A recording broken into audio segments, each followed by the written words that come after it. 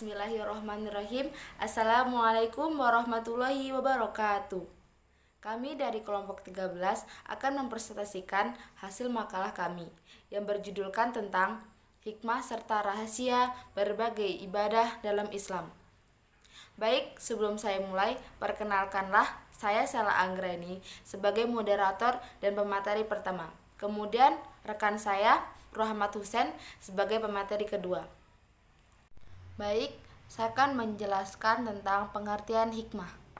Menurut bahasa Arab, hikmah mempunyai banyak arti, di antaranya kebijaksanaan, pendapat atau pikiran yang bagus, pengetahuan, filsafat, kenabian, keadilan, peribahasa, dan Al-Quranul Karim. Kamus Al-Munawir halaman 287. Imam Al-Jurjani rahimahumullah dalam kitab memberikan makna hikmah secara bahasa, artinya ilmu yang disertai amal. Kitab At-Tarifat halaman 96-97. Hikmah juga bermakna kumpulan, keutamaan dan kemuliaan yang mampu membuat pemiliknya menempatkan sesuatu pada tempatnya. Al-Quran Tafsir Wabayan halaman 412. Kemudian hikmah selanjutnya adalah dalam bahasa Indonesia baku, hikmah mengandung arti rahasia, kebaikan atau manfaat apa yang terkandung dalam perbuatan ibadah Allah. Materi selanjutnya yaitu hikmah dan rahasia dalam berbagai ibadah. Yang pertama, sholat. Sholat duhur. Rasulullah Shallallahu Alaihi Wasallam bersabda, jagalah waktu-waktu sholat, terutama sholat yang pertengahan, sholat duhur. Pada saat itu, nyalanya neraka jahanam. Orang-orang mukmin yang mengerjakan sholat pada ketika itu akan diharamkan ke atasnya uap api neraka jahanam pada hari kiamat. Kemudian sholat asar. Sabda Rasulullah Shallallahu Alaihi Wasallam, manakala sholat asar adalah saat di mana Nabi Adam alaihissalam memakan buah kuldi.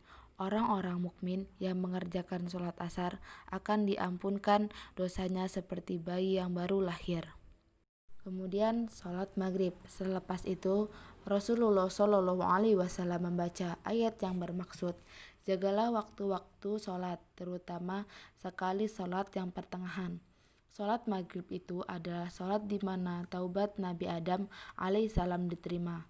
Seorang mukmin yang ikhlas mengerjakan sholat maghrib kemudian meminta sesuatu daripada Allah, maka Allah akan perkenankan.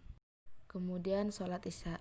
Sabda Rasulullah Shallallahu Alaihi Wasallam, sholat isya atau atamah, katakan kubur itu adalah sangat gelap, dan begitu juga pada hari kiamat.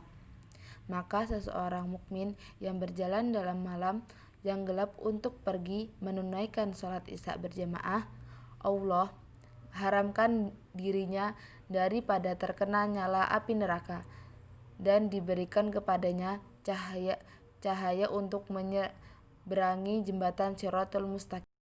Yang terakhir, sholat subuh. Sabda Rasulullah Shallallahu Alaihi Wasallam seterusnya, sholat subuh pula seseorang mukmin yang mengerjakan sholat subuh selama 40 hari secara berjamaah diberikan kepadanya oleh Allah dua kebebasan, yaitu dibebaskan daripada api neraka, kedua dibebaskan dari nifak.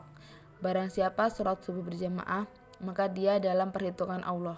Hadis riwayat Ibnu Majah dan Tabrani. Hikmah sholat wajib antara lain sebagai berikut.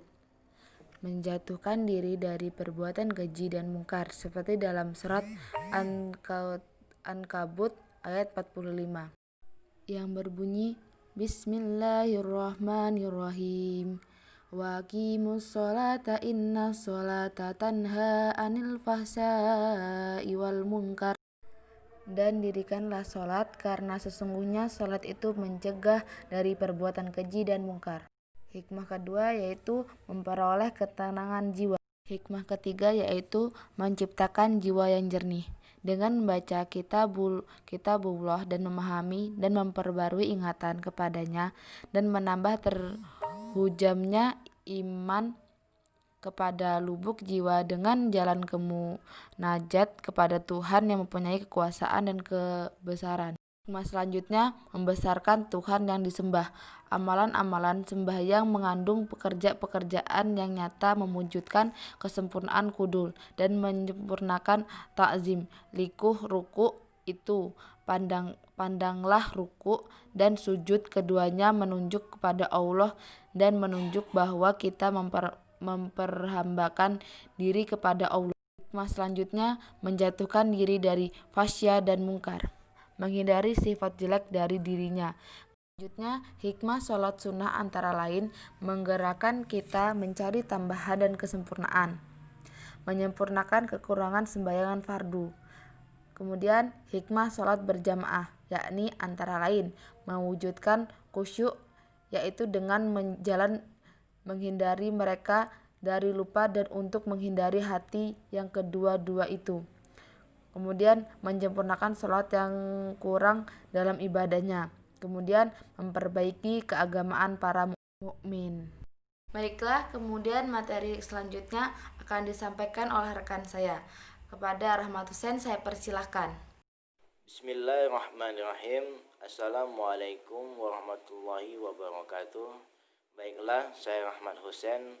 Pemateri kedua akan melanjutkan presentasi, yaitu hikmah dan rahasia dalam berbagai ibadah. Yang selanjutnya yaitu yang kedua, puasa, zakat, infak, dan sedekah dan haji. Saya di sini akan menjelaskan tentang hikmah dan rahasia dalam berbagai ibadah. Yang kedua yaitu puasa. Dr. Yusuf Qaradawi dalam kitabnya Al-Ibadah fil Islam mengungkapkan ada 5 rahasia puasa sebagai berikut. 1 yaitu mendidik kemauan. Puasa mendidik seseorang untuk memiliki kemauan yang sungguh-sungguh dalam kebaikan, meskipun untuk melaksanakan kebaikan itu terhalang oleh berbagai kendala. Puasa yang baik akan membuat seseorang terus mempertahankan keinginan yang baik, meskipun peluang untuk menyimpang begitu besar. Karena itu Rasulullah SAW menyatakan puasa itu setengah dari kesabaran. Yang kedua yaitu menyehatkan badan. Di samping kesehatan, kekuatan rohani, puasa yang baik dan benar juga akan memberikan pengaruh positif berupa kesehatan jasmani. Hal ini tidak hanya dinyatakan oleh Rasulullah SAW, tetapi juga sudah dibuktikan oleh para dokter atau ahli-ahli kesehatan di dunia, yang membuat kita tidak perlu meragukannya lagi. Mereka berkesimpulan bahwa pada saat tertentu memang perut ini harus diistirahatkan. Dalam arti kenapa? Perut ini perlu istirahat, sama halnya seperti mesin. Mesin pun perlu istirahat, apalagi di dalam Islam. Memang perut itu terbagi menjadi 3 bagian, yaitu sepertiga untuk makanan, sepertiga untuk air, dan sepertiga untuk udara. Yang ketiga yaitu mengenal nilai kenikmatan. Dengan puasa, kita sebagai manusia bukan hanya disuruh untuk memperhatikan atau merenungi tentang kenikmatan yang sudah diperoleh oleh kita, tapi kita juga diperintahkan untuk merasakan langsung betapa besar nikmat yang Allah berikan ini kepada kita. Hal ini karena kita baru beberapa jam saja ketika kita puasa, tidak makan, tidak minum, sudah terasa begitu penderitaan yang kita alami. Dan pada saat kita berbuka puasa, terasa betul besarnya nikmat yang Allah kita rasakan. Meskipun terkadang hanya berupa sebiji kurma atau seteguk air, tapi di sanalah kita bisa merasakan nikmatnya ibadahnya puasa. Dan itu hanya bisa dirasakan oleh kaum muslimin yang berpuasa. Yang keempat yaitu mengingat dan merasakan penderitaan orang lain. Di sini artinya apa? Merasakan lapar dan haus juga memberikan pengalaman kepada kita bagaimana beratnya penderitaan yang dirasakan orang lain. Sebab pengalaman lapar dan haus yang kita rasakan akan segera berakhir hanya dengan beberapa jam. Sementara penderitaan orang lain entah kapan akan berakhir. Dan di sini semestinya puasa akan menumbuhkan dan menampakkan rasa solidaritas kita kepada kaum muslimin lainnya yang mengalami penderitaan yang hingga kini masih belum teratasi, agar kita menanamkan rasa dan ramah kepada fakir, miskin dan anak yatim.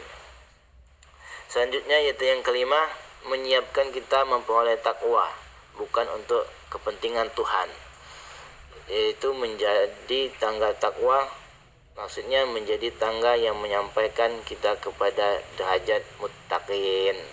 Artinya di sini kita berpuasa itu memang karena lillahi ta'ala, menjadikan takwa, takut kepada Allah, menjalankan segala perintahnya dan menjauhi segala larangannya, itu menjadikan landasan bahwasanya kita untuk meningkatkan derajat keimanan kita, muttaqin, orang-orang yang bertakwa.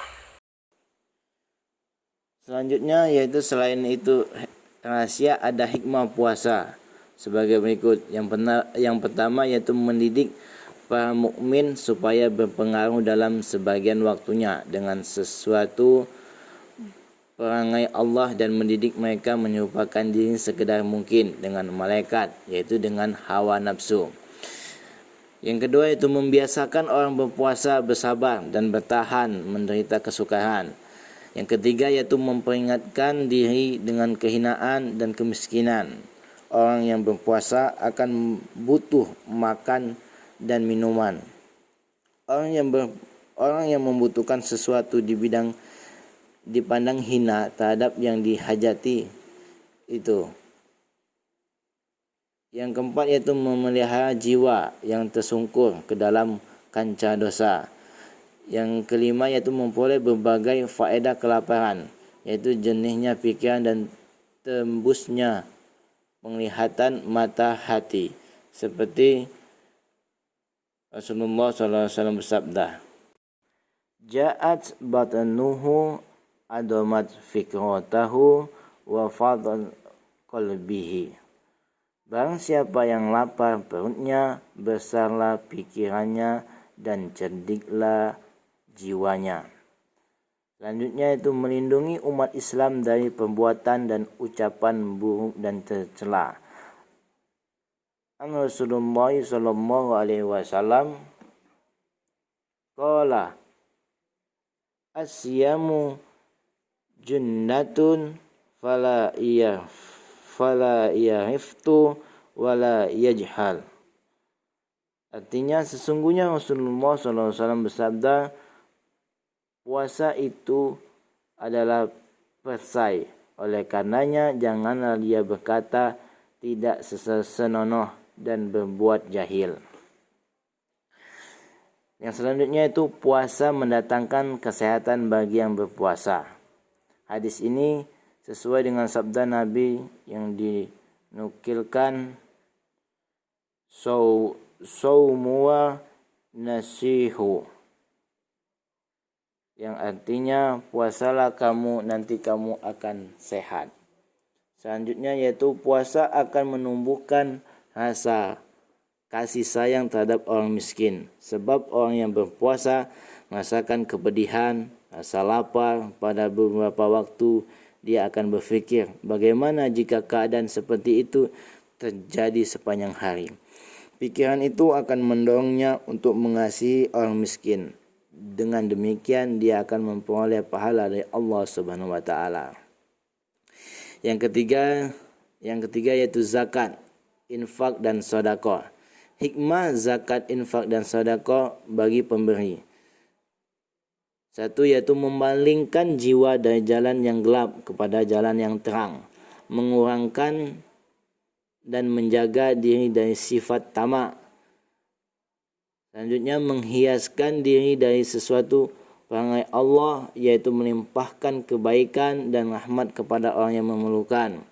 Selanjutnya menjamin harta tidak hilang secara sia-sia.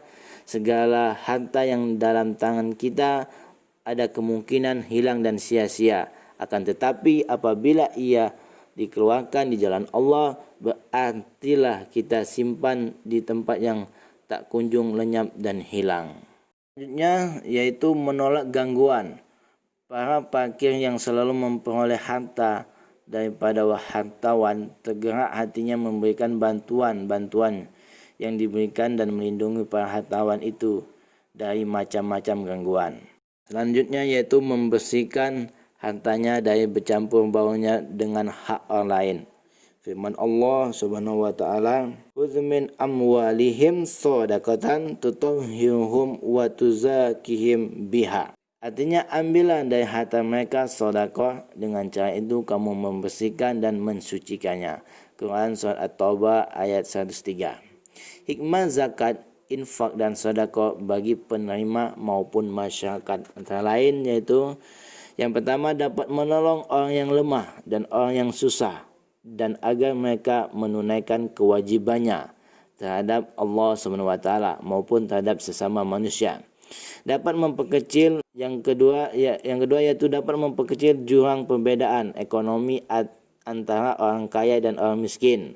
Yang ketiga, dapat mendidik jiwa masyarakat agar mereka memiliki sifat kepedulian sosial, suka berkorban, menghindari sifat egoistis dan masa bodoh terhadap orang lain.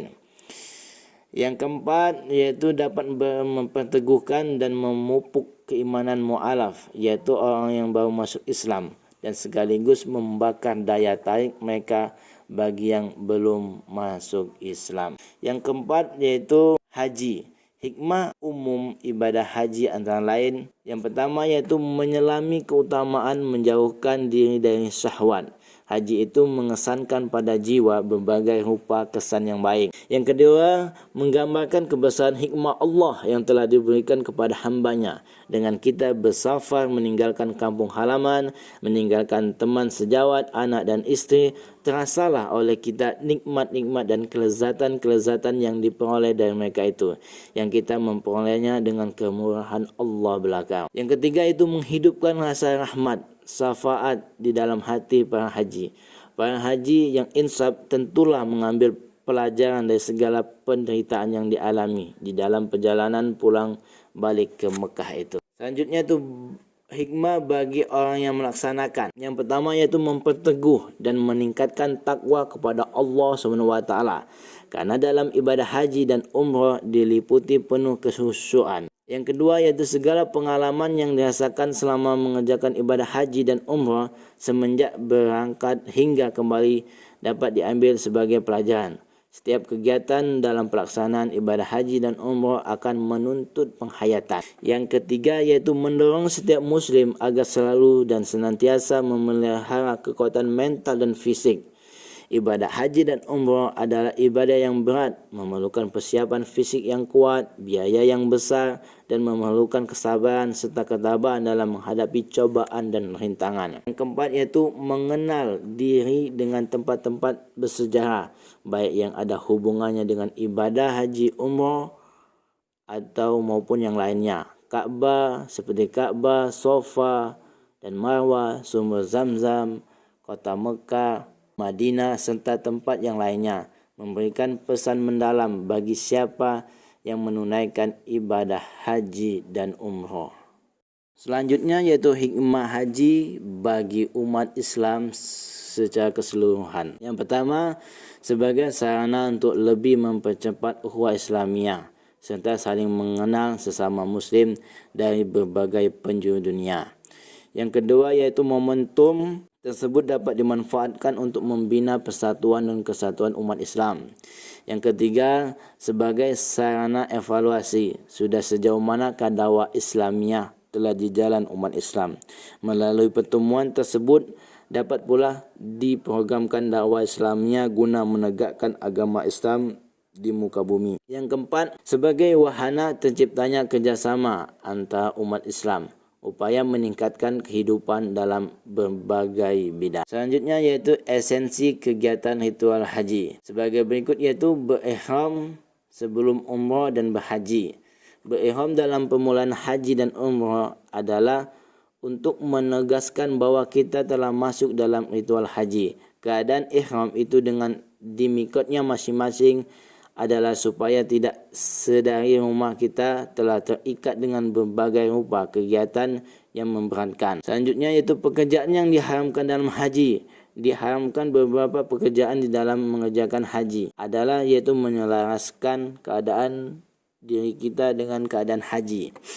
Di dalam masa kita membulatkan tujuan kepada Allah, tidaklah layak kita terpengaruh dengan syahwat, dan tidak layak dikala itu kita menyibukkan dengan berhias dan berdandan dan dengan pekerjaan yang melalaikan seperti berburu. Selanjutnya itu tawaf. Tawaf kudum adalah untuk menyatakan kebesaran Baitullah. Tawaf kudum itu sama halnya dengan sembahyang tahiyatul masjid.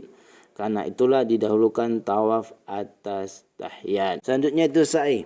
Bersa'i berjalan pulang balik Safa dan Marwah adalah guna menumbuhkan kenangan kepada yang apa telah dilakukan oleh ibunda Nabi Ismail yang telah pulang pergi antara Safa dan Marwah, dan untuk menghargai apa yang diperoleh secara susah payah. Selanjutnya yaitu bermalam di Musdalifah. Sesudah semalam telah berwukuf, sedang bergerak dari Arafah, sudah malam pula. Tentulah jika diperintah untuk terus menuju ke Mina pada malam itu memberatkan sekali. Karena itu disuruh untuk bermalam di Musdalifah. Selanjutnya itu berwukuf di Al-Masjidil Haram. Disuruh kita berwukuf di Masjidil Haram adalah untuk merenungi perbuatan jahiliyah.